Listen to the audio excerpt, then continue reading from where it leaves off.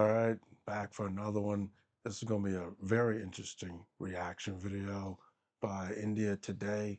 They just dropped a exclusive India exclusive interview with Dmitry Peskov, which is Vladimir Putin's spokesman.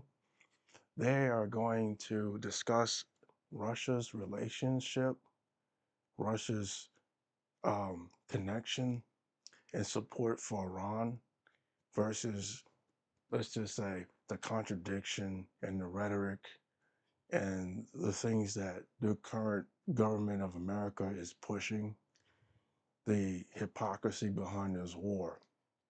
So we get to finally see outside of the rhetoric we hear about Russia, Russia's point of view on what's going on, how it's affecting them, how they feel that it's affecting Iran. So let's jump into this real quick. I think it's about an hour. Oh no, it's 9 minutes. So that's not bad. 9 minutes. Responsible international body in this field. And IAEA never acknowledged any attempt of Iran to make a nuclear arms. This is very important not to forget about that. Because, yes, because original plan for Iran to make nuclear arms was presented as a pretext for aggression. This is very important. And he's perfectly right. Perfectly right. If you paid attention to my live streams, that is streaming the news from India,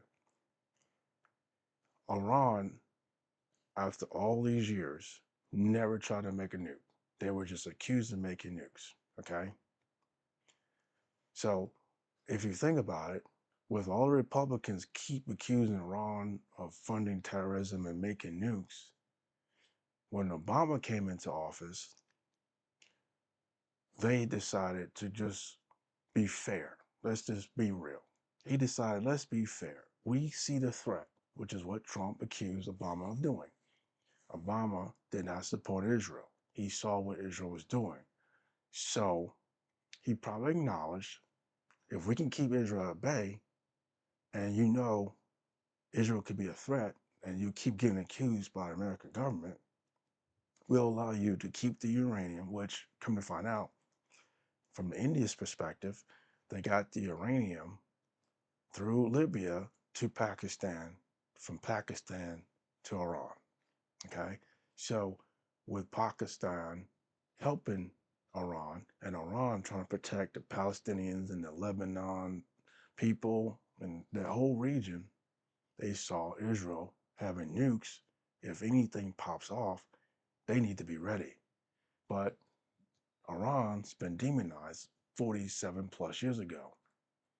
So it would make sense just to keep the government happy, or the Republicans, because Obama had issues with the Republicans all 8 years.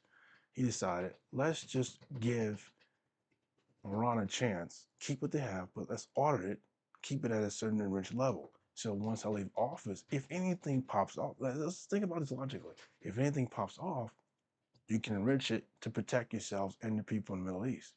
Because that's why Trump said in that little, I guess, address or speech to the press, he didn't understand why he said Jews will support Democrats. He didn't like the fact that President Obama at the time picked to support Iran over Israel. Fast forward now, look, if the EU isn't supporting this, knowing the full reason behind this, and they're now like, wait, hold up. We all agreed to what Obama had in place, and now you destroying it, and now it's like you making a situation that shouldn't be, and you preaching the same rhetoric that the United States has been preaching for decades about every Middle Eastern country.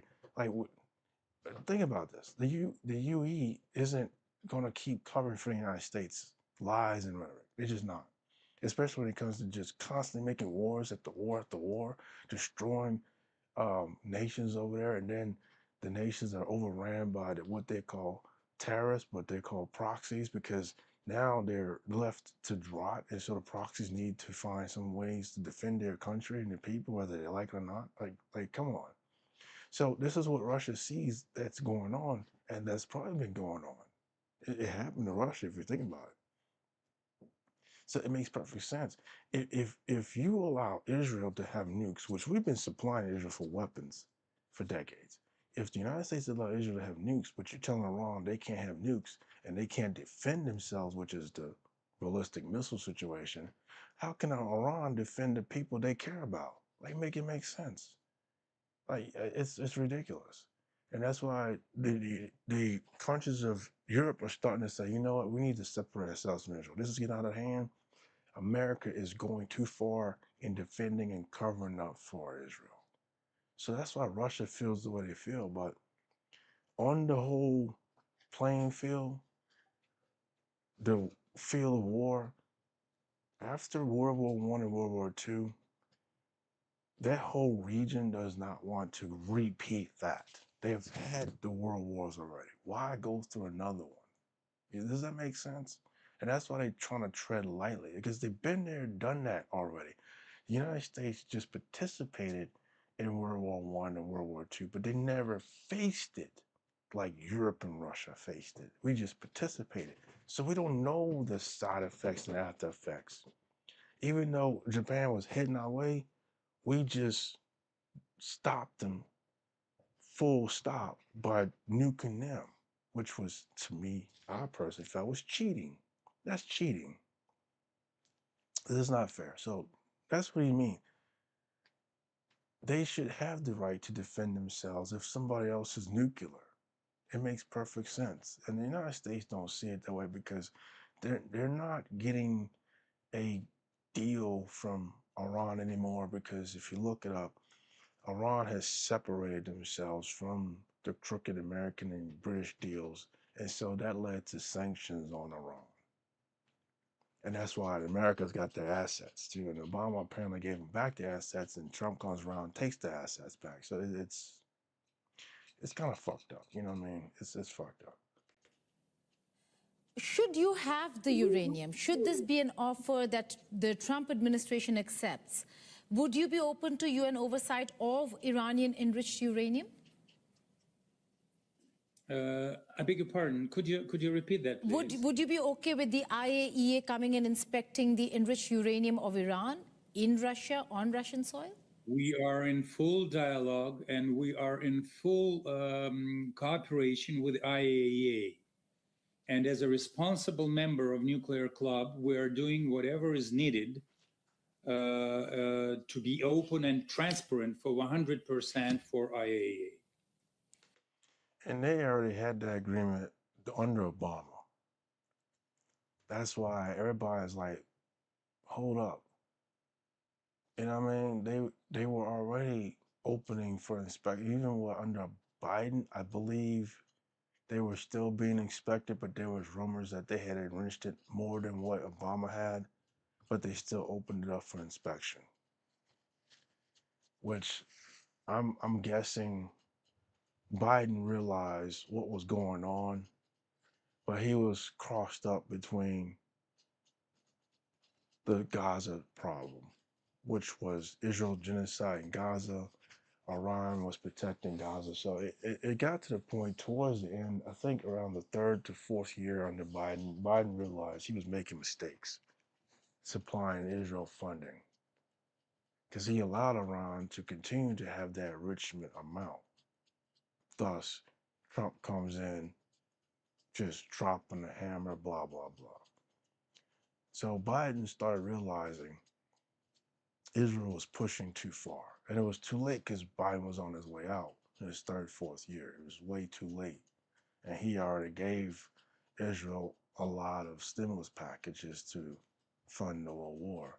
Now, you do remember, I believe it was the last year under Biden. I think it was Biden, or maybe it was Trump. No, it was Trump. First year Trump, Iran did test the Iron Dome because Iran was already prepared for Trump to attack them. They already knew. So that's probably why they went ahead and tested the Iron Dome the way they did. So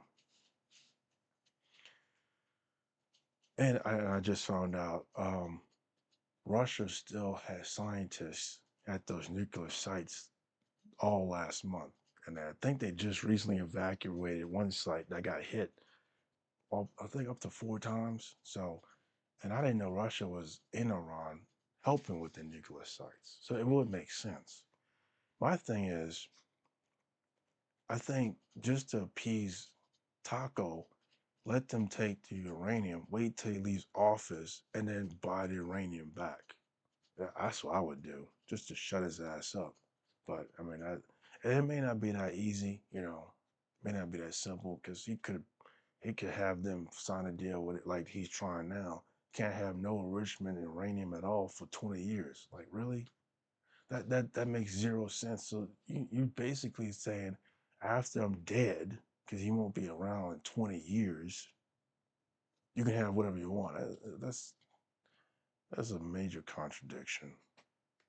How damaged is the Bushehr power plant? Because it's a Russia project as well. And how much of a loss or damage has Russia suffered? Well, you know that there was a shelling of territory next to Bushehr station and to power block. This was very potentially very dangerous situation. Thanks God, no consequences, no negative consequences. We also know that IAEA also expressed well, its feeling towards the dangerous situation in that sense. Now it is not damaged, so the power plant itself is not damaged. The majority of our personnel, they have been evacuated from the site, and only personal. They did just say that. So yeah, I was trying to be correct on remembering they had broadcast that on Indian news after that. And I think they got hit twice. They evacuated. And then I think they hit the site again 2, 3 more times.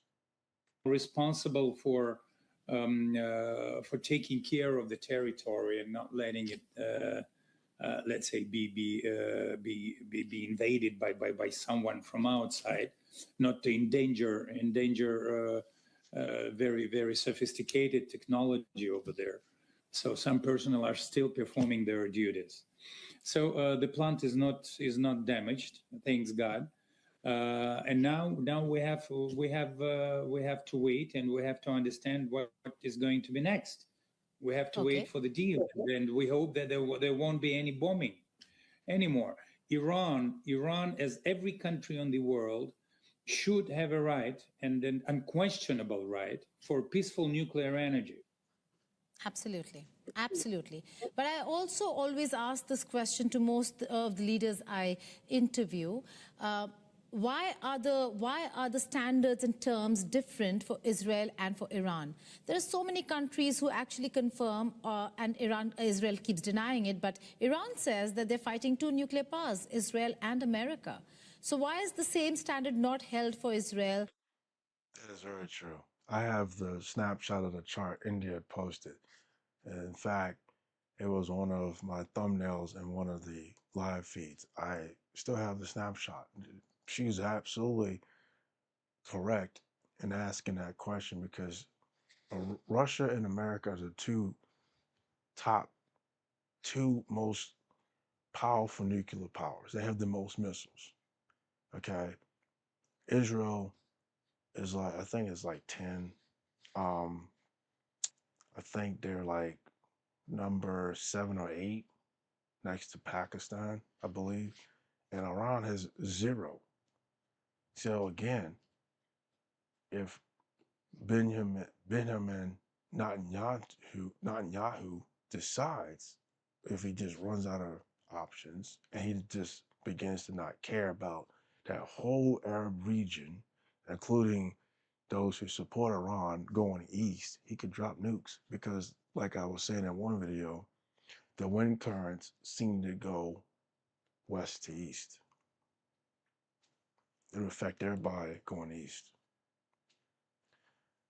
So Iran has very viable concerns about that, and it makes sense. It really does. And yeah, it's not fair. America, as one of the most powerful, or the country with the most nuclear weapons, wants to bully everybody and not having any. Like, how does that make sense? And then you let other countries have some.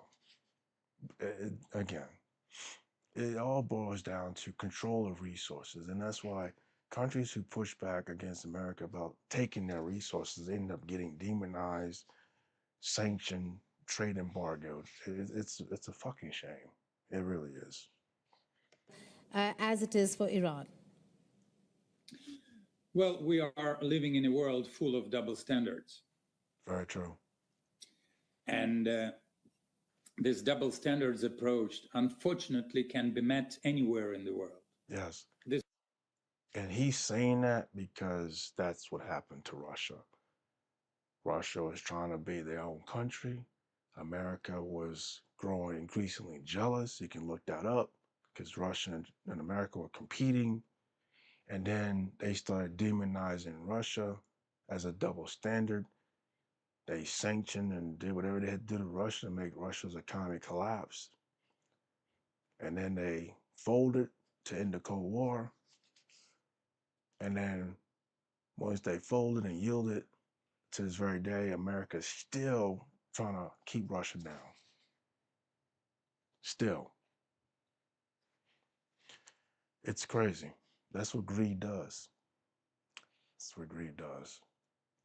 What has Russia done us? Russia hasn't done us anything. You think about it historically, Russia has done us nothing. And the sad thing is, and this is what you got to keep in mind, he also is saying that because how is it the United States helped Britain and France save Russia from Germany, but then you backstab them? Think about that for a second. If you really didn't care about Russia, then you'd allow Germany to knock out Russia, which was what Hitler's point was. Russia and Germany were fighting. Germany had no intentions of taking over the world. Zero. That was fabricated by the United States. So they see the double standards of the United States. So he can clearly say that because Russia was one of the countries that got backstabbed by double standards. This is unfortunately the modern reality that we have to face. This is number one. All the countries of the region, including Israel, Iran, Lebanon, Palestine, they have to ensure and they have to have their security guaranteed. But security of one country cannot be guaranteed for the sake of another country, thus endangering another country. So this is a very important, a very complicated task to be solved when looking for the deal in the region. I hope that countries involved in the negotiations and countries who are facilitating those negotiations, and we do appreciate very much the role of those countries, that they will keep in mind how complicated this task is. Is Russia providing any form of military intelligence or logistical support to Iran at this stage or at any stage? Have you done it? Because there are reports that suggest that, although there have been denials from Moscow, from your office. Russia is not taking part in this, is not a participant of this war affair. It's not our war. It's not your war, but you are now playing an important role in navigating the diplomacy of how to bring about peace. How do you see and how do you propose this happen? Has this war exposed America's military weakness, Arab world's vulnerabilities, and shown Iran's resilience? Well, listen, I think it will be logic to underestimate the military and economic power of the United States. It's the most powerful country in the world, military-wise, economically-wise, and then we have to keep it in mind. But This is a very complicated region with lots of contradictions between countries who have been living shoulder to shoulder for ages and who will continue to live shoulder to shoulder for ages. Keep that in mind. He's talking about America and Israel. Now, I will tell you this. Russia and China is helping Iran backdoor. They've already headlined it. I think China allowed headlines to expose that China was releasing satellite footage of all the United States bases, and they had footage of the, what aircraft carrier was it? I forgot. The one that was with the Abraham Lincoln, but they had released footage. So technically, they were helping Iran with key sites with satellites. Now, it's not exactly, it's basically sharing intel if you consider it, but it's not getting yourself entirely involved. Like, for instance, if Iran asks for help and they say, I need help locating such and such, here you go. It's like giving people hints, but you're not getting involved entirely, just like giving advice. But think about this, he cannot expose all that because it's already been reported. So he can deny it or not say anything. But technically, Russia is not in the war, if that makes sense. But they are helping through backdoor channels because Russia's watching and they have been speaking every time Trump makes a retarded move. China, same thing. So they're watching this and they're making key moves to make sure Trump doesn't do anything totally retarded, but they don't want to join because that would be World War III. And sadly, with Russia and China together, despite Russia is stretched, they would take us out. I'm not gonna lie, they would be able to take us out because guess who else is gonna join that? North Korea. That's why Ukraine can't even win this war because Ukraine is getting hit by Russian help. Russia's getting help from China and North Korea. If it wasn't for that, maybe Ukraine could win. But because Russia's getting help, it's just ongoing. Now, if this continues, then chances are they may slide Iran some weapons, and that's keep this in mind. That's why Israel decided to start targeting Iran's rail system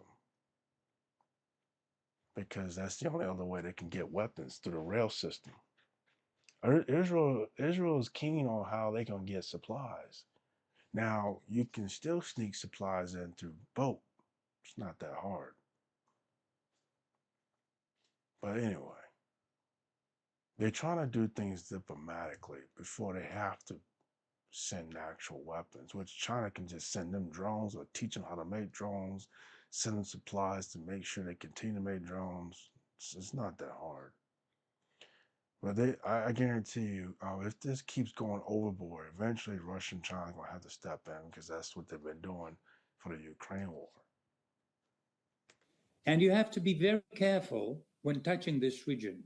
And you have to be very, very careful in making any steps, even tiny steps, in this very fragile region. So this should be kept in mind. And we're convinced in that. We are keeping our relationship with all the countries involved, with all the countries concerned.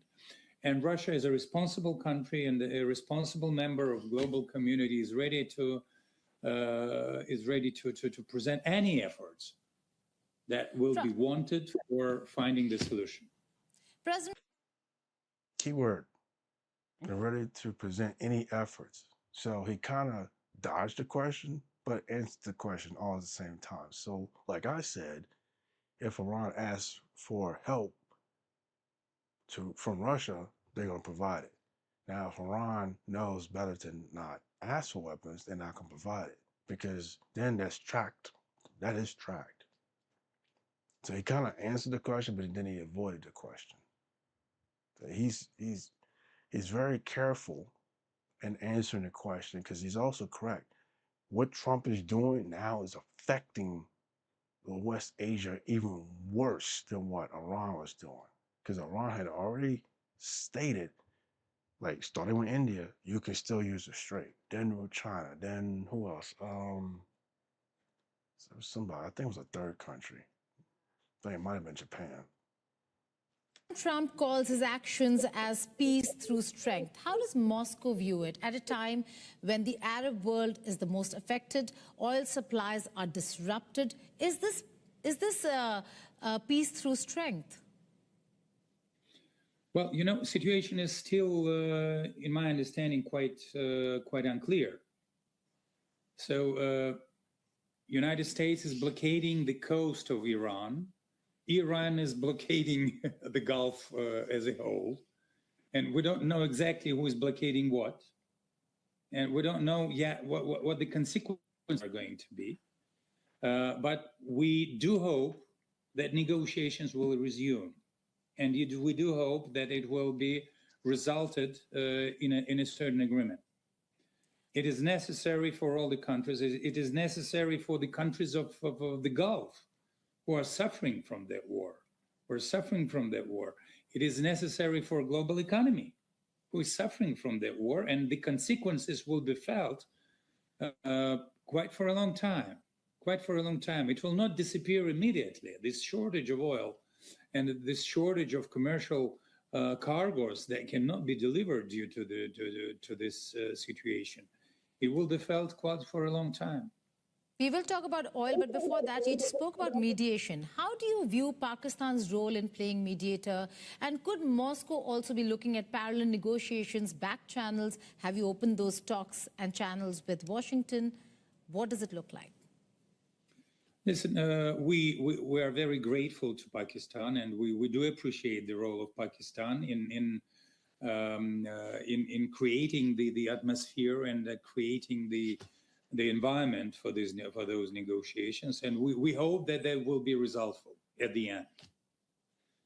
So as for us, we are ready to do whatever is needed.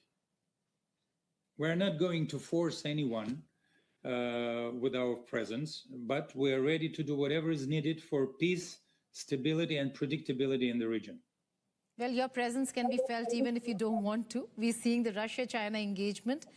There are important conversations. You are a stakeholder. With Iran's oil supply shuts, how much can Russia really fill that gap? And what is your reading on the global economic oil situation? You just said that it's going to get worse. Can Russia fill that gap, especially for India? So, that President Putin is in permanent contact and in permanent dialogue with the leaders of the Gulf countries, with the president. And you see how she's ecstatic about Russia's involvement. And that should really let you know Russia isn't as cruel as America make them to appear. In fact, if you kind of think back in one of my live streams of the news, when Iran decided to restrict the strait to certain countries, even though India was getting theirs, and then Trump decided to say, okay, since Iran's blocking the strait, I'm going to take the sanctions off of Russia's oil.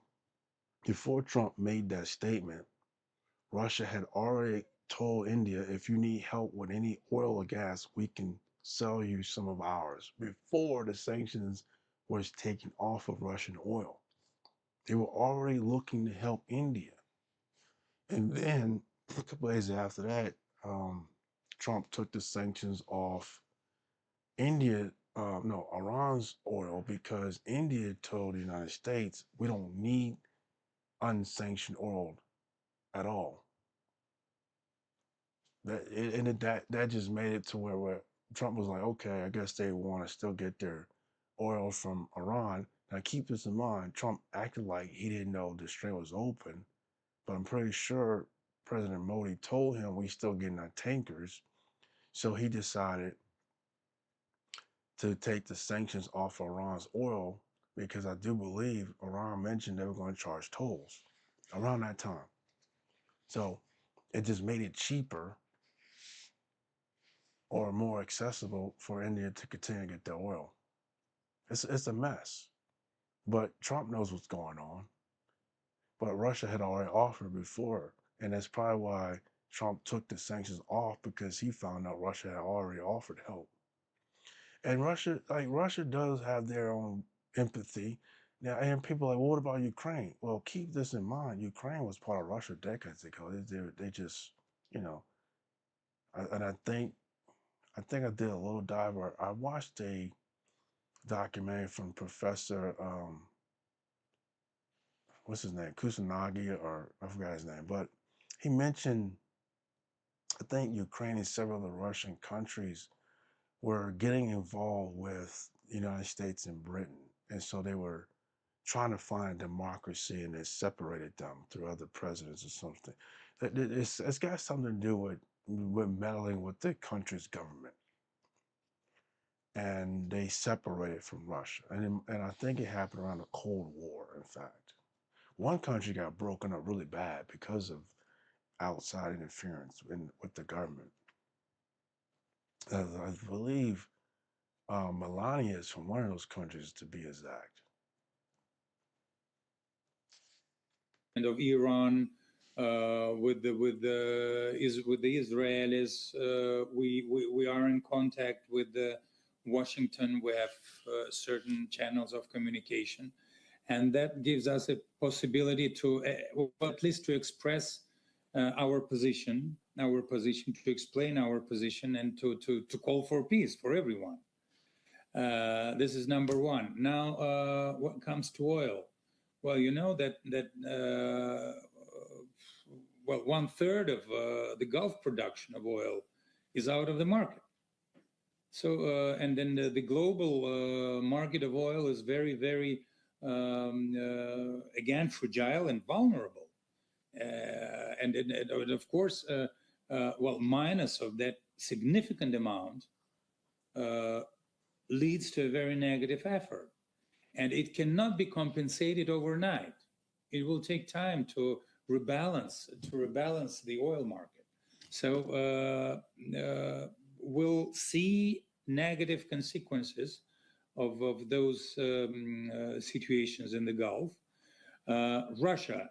Russia is facing illegal, in terms of international law, illegal sanctions. But despite that, we are overcoming those sanctions, and we are supplying different countries with oil, with liquid gas, and we will continue to do that. And So I guess how he's saying that, I know Biden put heavy sanctions on Russia when they started attacking Ukraine, but how he's explaining it is, countries that's not manipulated under BRICS is still able to buy Russian oil. So, like, the United States cannot put sanctions on countries that's under BRICS. Now, they can sanction Russian oil by threatening countries to not buy Russian oil, like Trump did. You know, he just came and said, well, if you still buy Russian oil, Russian gas, I'm going to put tariffs on top of the sanctions. Now, granted, it's up to a country to, like, okay, I'm not going to do that, or to say, you know what, do what you got to do. But countries that are not affected entirely, they're going to find ways to sell to those countries, and countries that are forced to not buy Russian oil or whatever, then they're just not going to buy. So that's how they can still make money, you know. And that's why he said they're still finding means to still sell their oil and gas. They just can't sell a lot of it to other countries that are like allies to the United States. we are ready to increase supplies should it be needed for the countries. In this context, India is a very important partner of us. We have cooperation. Our companies have cooperation with India in this sphere, and it's Countries are being allowed to buy Russian oil again. Is this a breather for Russia? Well, it shouldn't be over-exaggerated. There are lots of rumors about that right now on the news market, but it shouldn't be over-exaggerated. Yes, we have some humble surplus but it's not of vital importance for our budget, and it's not of vital importance for our economy as a whole. But of course, And that goes to say, like I said earlier, they openly offered to help India despite the sanctions on their oil because they looked at it. India needed help. The West Asian countries needed help. Sanctions or not, they were going to sell their oil. And if Trump wanted to slap any more threats on them, they would have to deal with Russia. And I think that's why Russia probably had a conversation with Trump when he started threatening. And then Trump just like, okay, I'll just take the sanctions off so everybody can get whatever they need from Russia. It makes a lot of sense based on what he's saying that they have overcame sanctions and they just trying to help. And it's kind of exposing how demented our government is. And that's why I want to do this reaction because we need to see the perspective of how Russia is dealing with their allies, the people in the world, and the American contradiction. And we're told Russia is bad, this, that, and third, but come on. Look at India. India has not shown any spite or any tension towards this interview. She's excited to have this interview. I even have a Russian app where I can see that's just like Facebook, what they do. They're pretty conservative people. You know, they're not outlandish. I've actually talked to a Russian before. Pretty chill, you know, pretty normal. No issues with them. Now, they had a certain perspective of America in general, which is true. I just felt like may want to keep that on a low because you don't want to cause yourself any problems. But I was just amazed about their lifestyle. It's very, conservative and organized and um, passive, I guess. Just disciplined, I guess, in a sense. Very disciplined. And I respect that. There's chaos here. of course, we have a certain surplus of this situation financially. If this blockade continues, can Iran sustain itself? Or are we looking at a strategic partner and ally of Russia and China really crumbling? Well, potentially it's very difficult. We don't know what the regime of this embargo of this of this sealing of the coast of Iran is going to be. We don't know how it is going to work, and I think that no one knows. No one knows because there are now we see lots of contradictory news in the media saying that it is sealed for 100%. Then you open another newspaper or TV channel, it says that 4 or 5 or 6 vessels approached the coast or left the coast and now going to Arabian Sea. You don't know what is truth and what is not. Well, of course, special services of certain countries are monitoring the situation very carefully, and they know that what is going on in reality. So let's wait and see. Let's wait and see. Iran is a big country. Iran is a powerful country.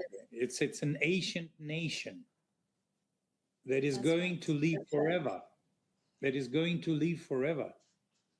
And then, of course, now they're having lots of hardship against this aggression. And then, so let's wait and see. But Iran is going to continue to be our partner. So you do not subscribe to President Trump's remarks when he said end of a civilization? I would rather keep myself from commenting publications of President Trump in social media. Okay, I'll respect that. But optics is hard. Because I don't blame him because that's just another topic for another day. And he doesn't need to be dragged in it. And then it's all headlined and like, yeah. But you can see his expression. He doesn't agree with it. But just to keep himself out of the social media headlines, it's best not to comment on that. It's ridiculous. Sometimes you do have to choose your words wisely in an interview to not insinuate things or get caught up in the firestorm of social media headlines. But the world is already expressing their distaste for what he's saying, what he's doing. They're just trying to tread lightly so he won't go into a World War III. That's the thing. Of the battle won in diplomacy, many say. Will there be a meeting between President Putin and his Chinese counterpart? Is he likely to travel to Beijing sooner than later, or at least before the big Trump visit to Beijing? Well, preparations for the summit are underway. We're getting prepared for these contacts on the highest level. And President Putin will visit Beijing, and they will have negotiations with President Xi. Will announce the dates of these visits in a due time and in a due course, simultaneously with Beijing. You know that China is also our strategic partner, and we have a very, very developed relationship in every possible field with China. So, this development will continue. Okay, speaking of visits, is President Vladimir Putin expected to attend the upcoming BRICS summit in person, which India is hosting? I hope so. I hope so. Anyway, he will be taking part. But I cannot tell you for 100%. India is part of BRICS, so again, keep in mind her static demeanor. They're all together. They're all trying to work together. So, I mean, the sad reality is, the United States has probably since Bush, and may have stemmed further back than Bush, probably even his father, but the way America on the Republican side has treated Russia and China, they have caused Russia and China to form a new world order. And the way America is now treating the UE, they're about to push themselves out of NATO and be the third world order. If anybody heard that context or been hearing it lately, at the pace we're going, and Trump is sowing the seed for most of his followers to pass on to others in the Republican Party, there's a high chance we will exit out of NATO as NATO, or let's just say the European Union and the United Nations and the European nations are distancing themselves for precautionary tale purposes. Pretty soon, if the United States keep this crap up, we're going to be out of NATO and we will be a singular world superpower by ourselves. And then we'll have three. What does Central and South America will have to do with this? Well, I'll tell you this. Most of South America is part of BRICS. And at the rate we keep picking on Mexico, it wouldn't be surprised if Mexico gets asked to join BRICS. It wouldn't be surprising. Keep that in mind. America is pushing themselves into the deep abyss, and it seems like they don't care. Money is the root of all evil, but like all kingdoms, once a kingdom rises, it does fall. And we're heading down that road really fast. Right now, but I have no doubt that President Putin will be there. All right. Will be there. I mean, taking part in different formats. It's possible in different formats. All right. Mr. Peskov, I have to ask you this because this is a very important, it's a very important time for world and how geopolitics is shifting and changing. What are the red lines for Russia when it comes to Iran? I mean, they've already bombed the daylights out of Iran, but there still has to be a red line for Russia and China to say thus far and no further. What's that red line? Well, lots of red lines have been erased, unfortunately. They have been erased. A leader of a country should not be killed by another country. A country should not be bombed by another third or fourth country. those are doings that are contradicting with international law. And international law should not be forgotten and should not be neglected. So saying this, I'm trying to show that there lots of red lines are simply erased. And this is the job that we have to do all together. Moscow, New Delhi, Beijing. We have to restore international law globally. We have to help United Nations to restore its role and to play a visible and fillable role in global affairs.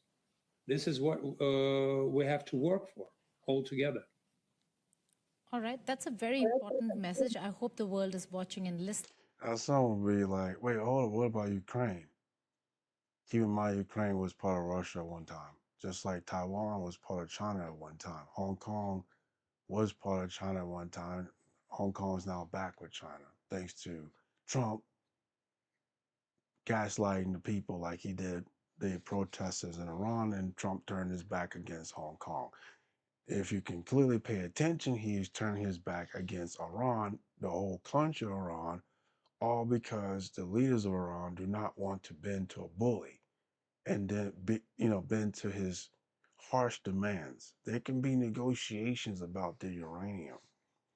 They don't have to bend to a blackmailing bully. And so because of that, he's willing to destroy the whole country. Forget about the protesters at this point. He doesn't care about them because he's looking at, well, they haven't taken back their country. So they can't even take back their country if you're going to knock out all their resources and leave them with nothing to take back. Imagine how they're looking at this now. This man that just backstabbed him. See, he did the same thing. The UN, I think they need to step up more. I know they're gradually stepping up, but they need to step up more, to be honest. Because, you know, like you said, two allies side by side seem to be willing to stay side by side, and they're committing atrocities against a solitary country that is of their own origin, versus Ukraine used to be part of Russia. And that was the tipping point for, Ukraine wants to be independent, so that's why the EU was looking at, okay, you want to separate from Russia? Let's talk about you joining NATO. But the United States was like, oh, no. So it is complicated, but you got to understand the context. Iran is Iran. Ukraine is technically Russian by descent. Taiwan, Chinese by descent. That's the difference. Whether you agree with me or not, that's the difference. Got to do your history to find that out.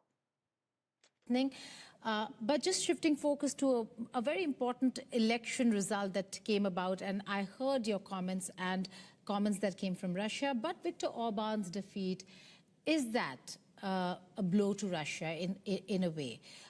The fact that the Hungarian government and its leadership is changing, is Russia losing one of its, or has Russia lost one of its closest allies inside the European Union? Well, Mr. Orban was never a Russian ally in European Union. He was an ally of his own people, of people of Hungary. And he served his people for quite a period, for a number of years, and he did it very, very successfully. Time came for him to give his power to another person. And we don't know whether it is a loss for us or whether it is not. We know one thing that was important for us. We had lots of disagreements with Hungary, and because Hungary is a part of EU. And by the way, Hungary is a country that have been supported sanctions against Russia. So, and Hungary is one of the countries that is in the list of non-friendly countries. You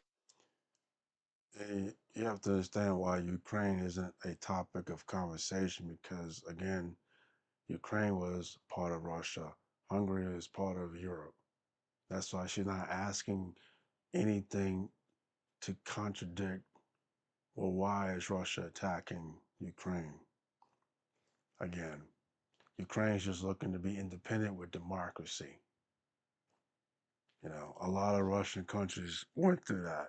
And, well, you know, Russia is losing countries in a weird way, and that's why they're getting a little frustrated with that. But, I mean, that's another topic for another day. And also, Ukrainians can speak Russian. That should be a hint. They can speak Russian. Come on.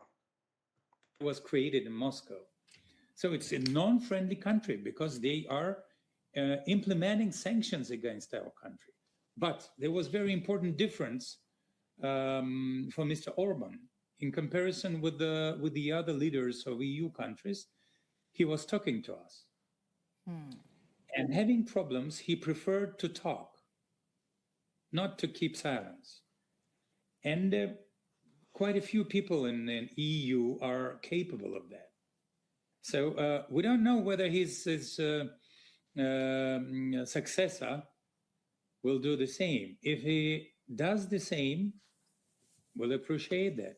And it will help us to solve the problems and to respond better to vital interests of the people of Hungary and the people of Russia. Final question, Mr. Peskov.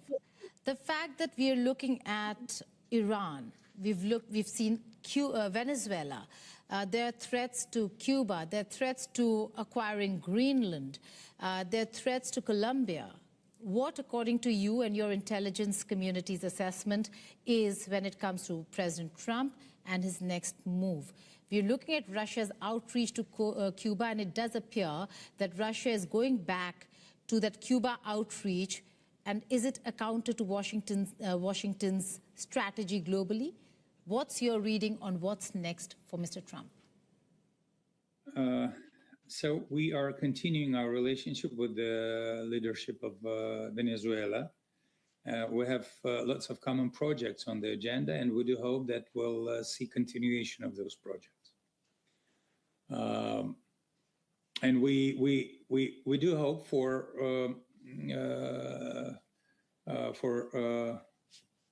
competition, for good competition, for good terms competition in that sense between companies who are on Venezuela's market. Our companies have been there quite for a long time. Cuba is an outstanding partner of Russia, our good friend.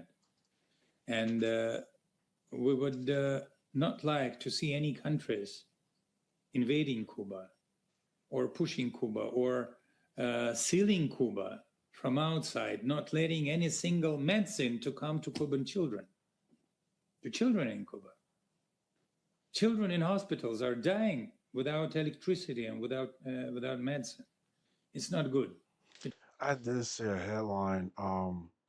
There's some countries trying to send aid not too long ago. And I know a Cuban, she came here and her family came here because of American sanctions, but she didn't understand that perspective. She just thought their president, at least at the time when she left, was, you know, draining the country dry. Now that she's on the outside looking in and looking at our current president, she sees what the problem is. It's not necessarily her country or the president, it's America. And she's been having trouble to get citizenship here, among some other shit. So it's a shame. And, you know, I haven't looked into what really is the problem that America is demonizing Cuba, but I have a feeling it's got something to do with Cuba supports Russia and America doesn't like that. And I think it stemmed as far back as the Cold War. I'm not sure, but I'm pretty sure. I look at it like this: most countries that support Russia is demonized by the American government. That's just bottom line. India is partially demonized by the American government, but you know, I think India gets a few things from us. Blah blah. I'm not sure what, but India is not part of NATO. Let's just keep it real. Let's just keep it real. It is not. I think India buys things for us, And that might be why we kind of keep them, all, in the economic trade. But if it comes to it, if India needs to, they will go back to cutting us off and deal with China mostly. It's just India is trying to be peaceful. That's all. They're just trying to be peaceful, and it makes sense. These countries already been at war. Why do we keep going to war? That's the thing. And that shit gets tiresome. Think about it. It gets tiresome. Why not have peace for a change? Like, why we gotta go around threatening the whole world? That makes zero sense. I don't even understand that concept. But I saw it coming. I just thought he was gonna wait like 6 months in, a year in, to see, the climate or whatever the fuck. Because I knew he was gonna do it. He was trying to do it the first time. He's greedy, he's selfish, he's jealous. He's jealous of, for some reason, he's jealous of President Obama. Everybody's saying that. He's jealous of President Obama. That's insane. Like, what in the world? But I don't know. It's just, I guess he saw that President Obama made a lot of successful feats compared to most presidents. But President Obama did cap the greed and capitalistic nature of businessmen and companies. So that could have ticked them off too. That could have ticked them off. But, It's not good. And for geopolitical aims and goals of the United States, I think you'd better ask President Trump himself. He is extremely open for press, and he's very detailed in his explanations. Okay. Wow. On that note, we hope, Damn.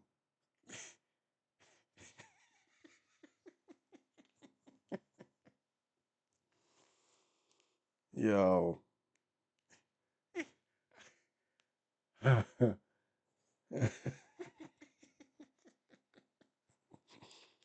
Detail, man. Damn. Oh my God. I don't even know what else to say. What an ending. What an ending. Man.